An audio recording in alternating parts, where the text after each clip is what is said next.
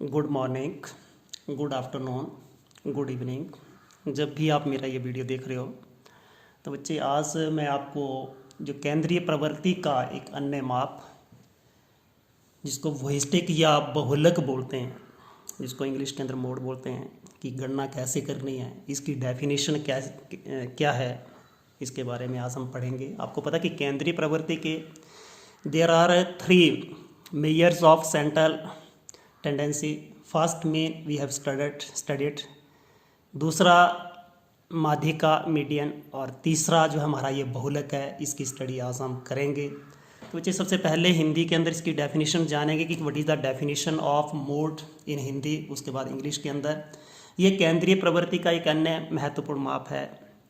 बहुलक किसी भी श्रृंखला के अंदर उस मूल्य को कहते हैं। एक श्रृंखला है, उसके अंदर एक मूल्य है, उस मूल्य को हम क्या बोलते हैं? बहुलक बोलते हैं, जो श्रृंखला के अंदर या उस श्रृंखला का प्रतिनिधित्व करता है या उस श्रृंखला के अंदर बहुत बार आता है। कोई भी संख्या है जो श्रृंखला के अंदर सबसे अधिक बार आती है, उसको हम बहुलक बोलते हैं। इंग्लिश के अंदर value of the variable which occurs most frequently, एक ऐसी वैल्यू है एक सीरीज़ के अंदर कि कोई भी नंबर है जो बड़ी फ्रीक्वेंटली अकर कर रहा है, बहुत बार आ रहा है, उसको हम क्या बोलते हैं? मोड बोलते हैं। And it is represented by Z, और मोड को हम जो रिप्रेजेंट करते हैं जेड से रिप्रेजेंट करते हैं। ठीक है, जैसे हमने मीन को रिप्रेजेंट किया था एक्स बार से, मीडियन को रिप्रेजेंट किया था एम से, उसी ढंग से हम मोड को कैसे रिप्रेजेंट करते हैं? जेड से। तो समझ आ गई कि जो आपका ये केंद्रीय प्रवृत्ति का एक अन्य महत्वपूर्ण माप है।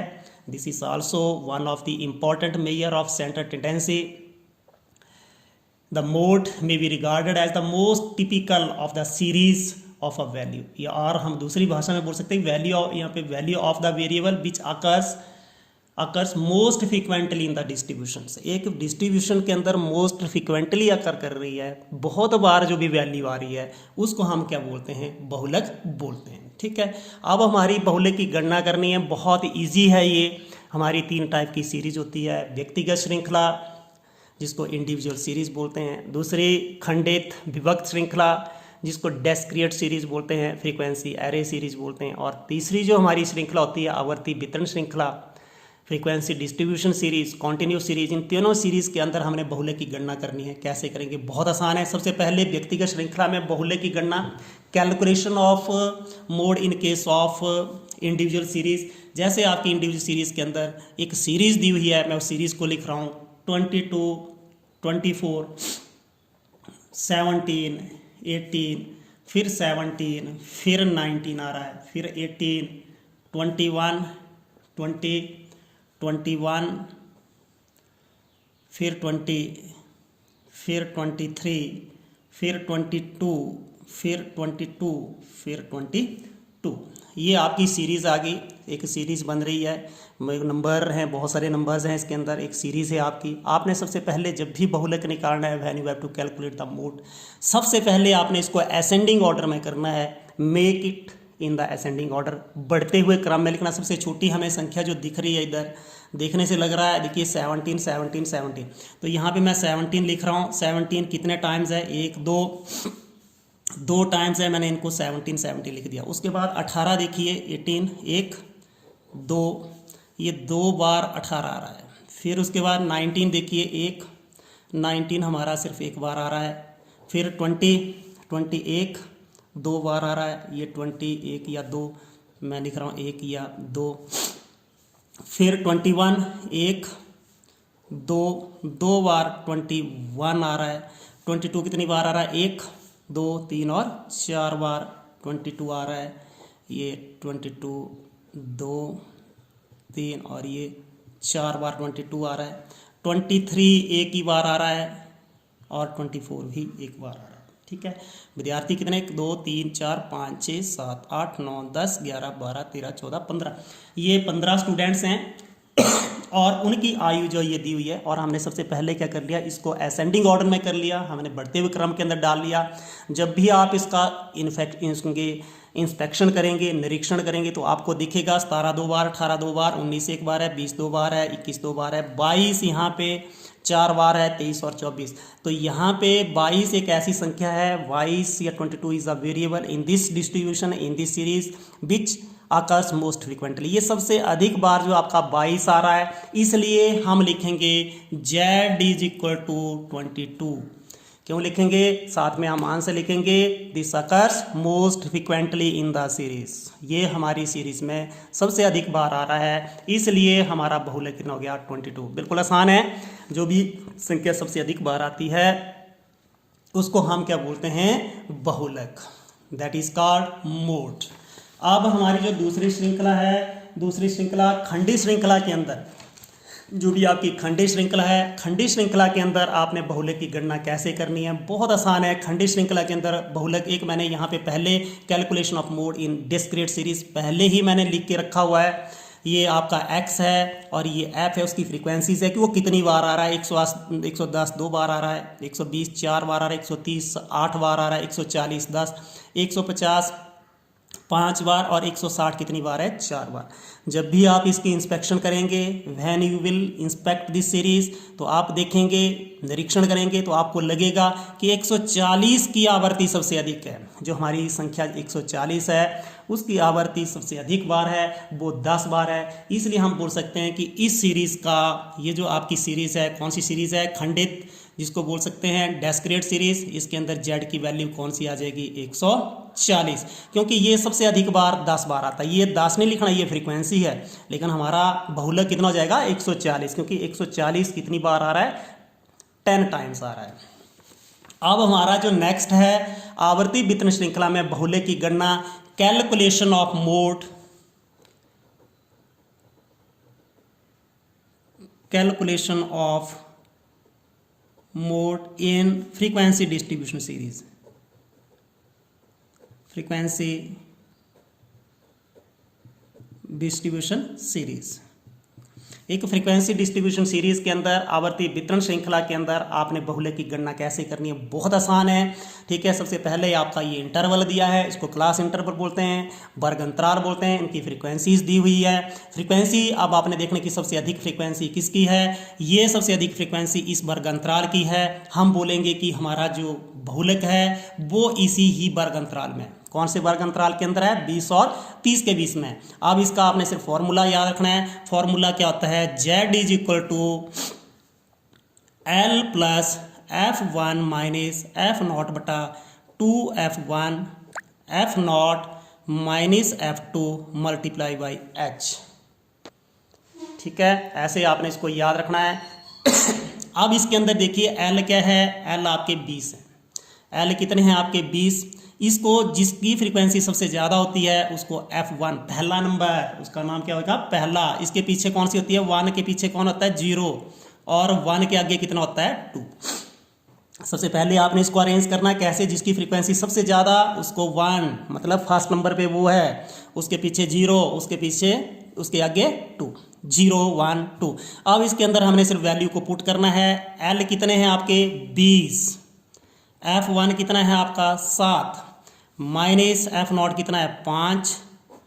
2 मल्टीप्लाई होता है ये, F1 7 minus F0 5 minus F2 ये भी कितने हैं आपके? 5 हैं, और मल्टीप्लाई बाई H। अब ये इसका साइज होता है इस क्लास इंटरवल का। ये बड़ी लिमिट में से अपर लिमिट में से लोअर लिमिट घटा दो, ऊपरी सीमा में से निम्न सीमा घटा दीजिए, तो ये 10 आएगा। तो कितना आ गया? 20। 7 में से 5 चलेगी 2, ये सिर्फ इसका बटा है, इसका नहीं है। 7 दूने 14, और ये माइनस माइनस वाले जमा हो जाते हैं, लेकिन साइन जो आपका माइनस करेगा, -5 -5 -10, तो ये मल्टीप्लाई बाय 10, ये कितना हो गया? 20 प्लस 2 ओवर 14 में से 10 सब्सट्रैक्ट कर दिए, 4 मल्टीप्लाई बाय 10। ठीक है, अब हमने इसको कैलकुलेट करना है। 2 और ये 2 दूने 4, ये पूरे मल्टीप्लिकेशन के अंदर 2 से ये 5, और ये हो गया 20 + 5 बराबर है 25। 20 + 5 बराबर है 25। इस ढंग से हम जो इसको कैलकुलेट कर सकते हैं, बहुत आसान है। सबसे पहले जिसकी फ्रीक्वेंसी सबसे ज़्यादा है उसको F1 लिखना है, उसके पीछे F0, उसके अगले वाले को F2। फॉर्मूला आपने याद रखना है। मोड का फॉर्मूला क्या है? मोड का फॉर्मूला L + F1 - F0 बटा 2F1 - F0 minus F2 multiply by H। इसके अंदर आपने वैल्यूज़ को पुट करना है। ये थोड़ी जैसी कैलकुलेशन इसको आपको करना आना चाहिए। ये 20 अलग है, ये सिर्फ इसका बटा ये है, ये वाला जो F1 माइनस F0 बटा इसका ही इसको डिवाइड कर रहा है 2F1 minus F0 minus F2। तो इसको आपने कैलकुलेट करना है। तो बहुत आसान है कि आपने फ्रीक्वेंसी डिस्ट्रीब्यूशन सीरीज के अंदर, आवर्ती वितरण श्रृंखला के अंदर बहुलक की गणना कैसे करनी है। ठीक है, आवर्ती वितरण श्रृंखला के अंदर बहुलक की गणना कैसे करनी है, दिस इज वेरी इजी। अब एक क्वेश्चन मैं एक और करवा रहा हूँ कि समावेशी श्रृंखला के अंदर बहुलक की गणना कैसे करनी है। बच्चे मैं आपको बताऊंगा सीरीज, एक दिन मैं एक इसके ऊपर भी वीडियो बनाऊंगा कि अलग अलग प्रकार की श्रृंखलाएं कौन कौन सी होती है, how many types of series are there. ठीक है, कि सीरीज कैसे कैसे होती हैं आज, लेकिन फिर भी मैं बीच में समझा दूंगा कि समावेशी श्रृंखला के अंदर बहुलक की गणना।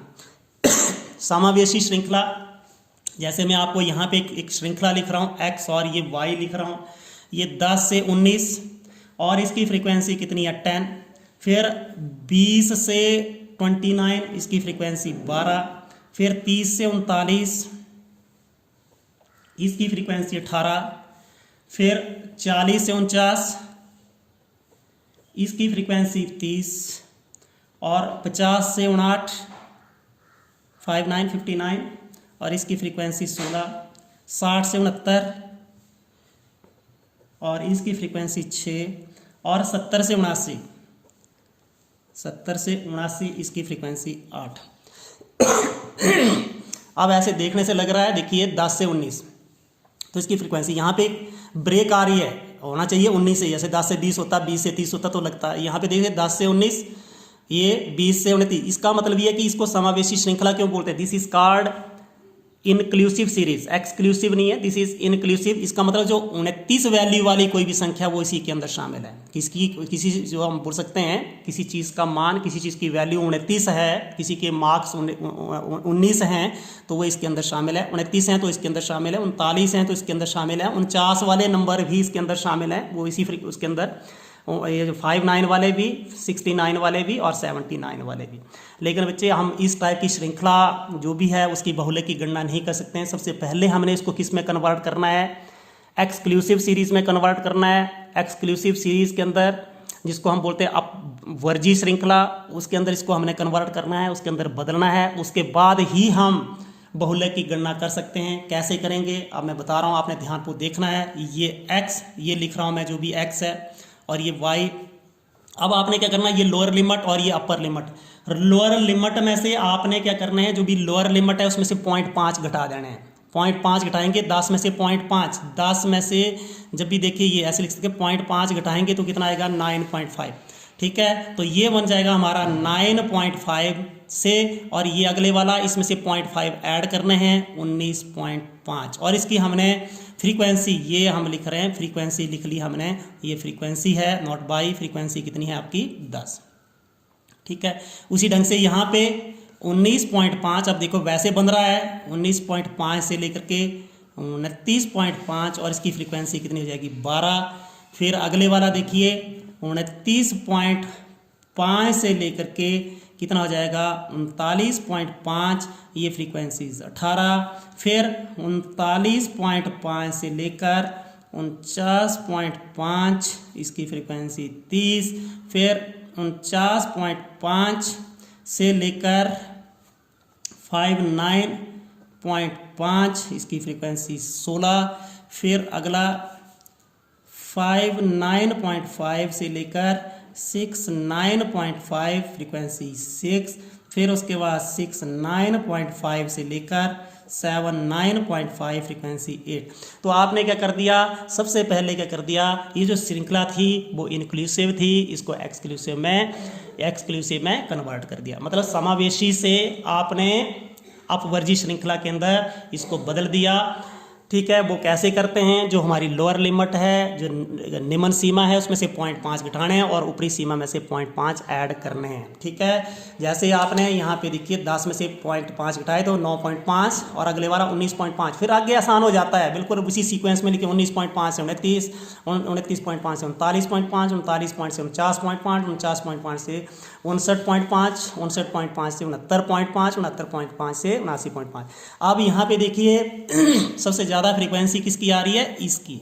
तो ये हम इसको बोला नंबर 1 के ऊपर है।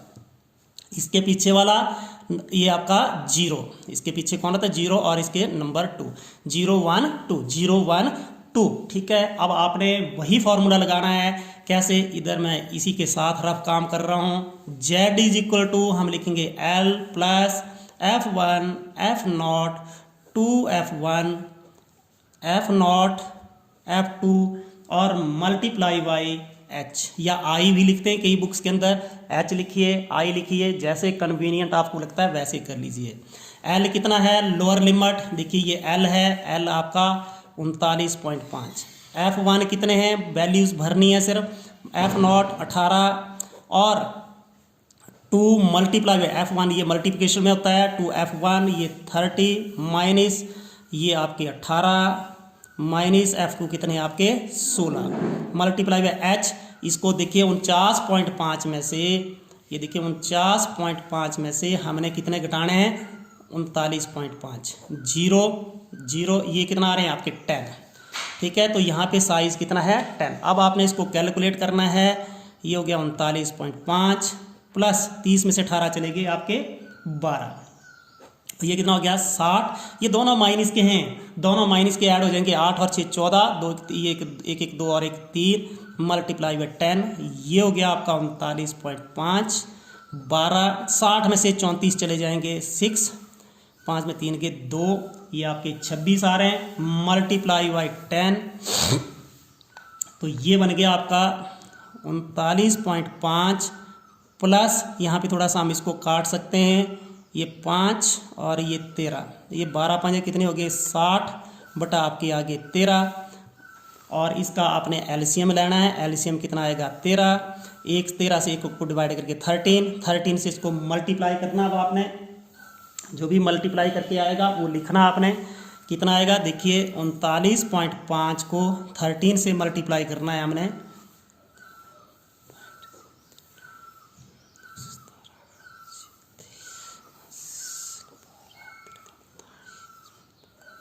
तो परहैप्स ये आएगा आपका इसके अंदर। अब एक बार मैं फिर ये कर रहा हूँ, 13 65 6 13 9 117 6 23 12 13 39 और 2 41 10 51। ठीक है। तो ये आपका जो बन रहा है, जब भी आपने इसको 13 से मल्टीप्लाई किया तो ये 513.5 प्लस 13 से 13 को हम वो करेंगे डिवाइड करेंगे तो 1 आएगा, 1 से इसको मल्टीप्लाई करेंगे तो 60। इन दोनों को ऐड करना है। 60 कहाँ पे ऐड होंगे, यहाँ पे होंगे 60.0535, तो ये जो हो गया 573.5, इसको जब भी हम 13 से डिवाइड करेंगे तो ये जो हमारा आंसर आएगा 44.12। ठीक है। इसको आपने क्वेश्चंस को करना है। यदि आपको वीडियो अच्छी लगी, like share and subscribe. Thank you.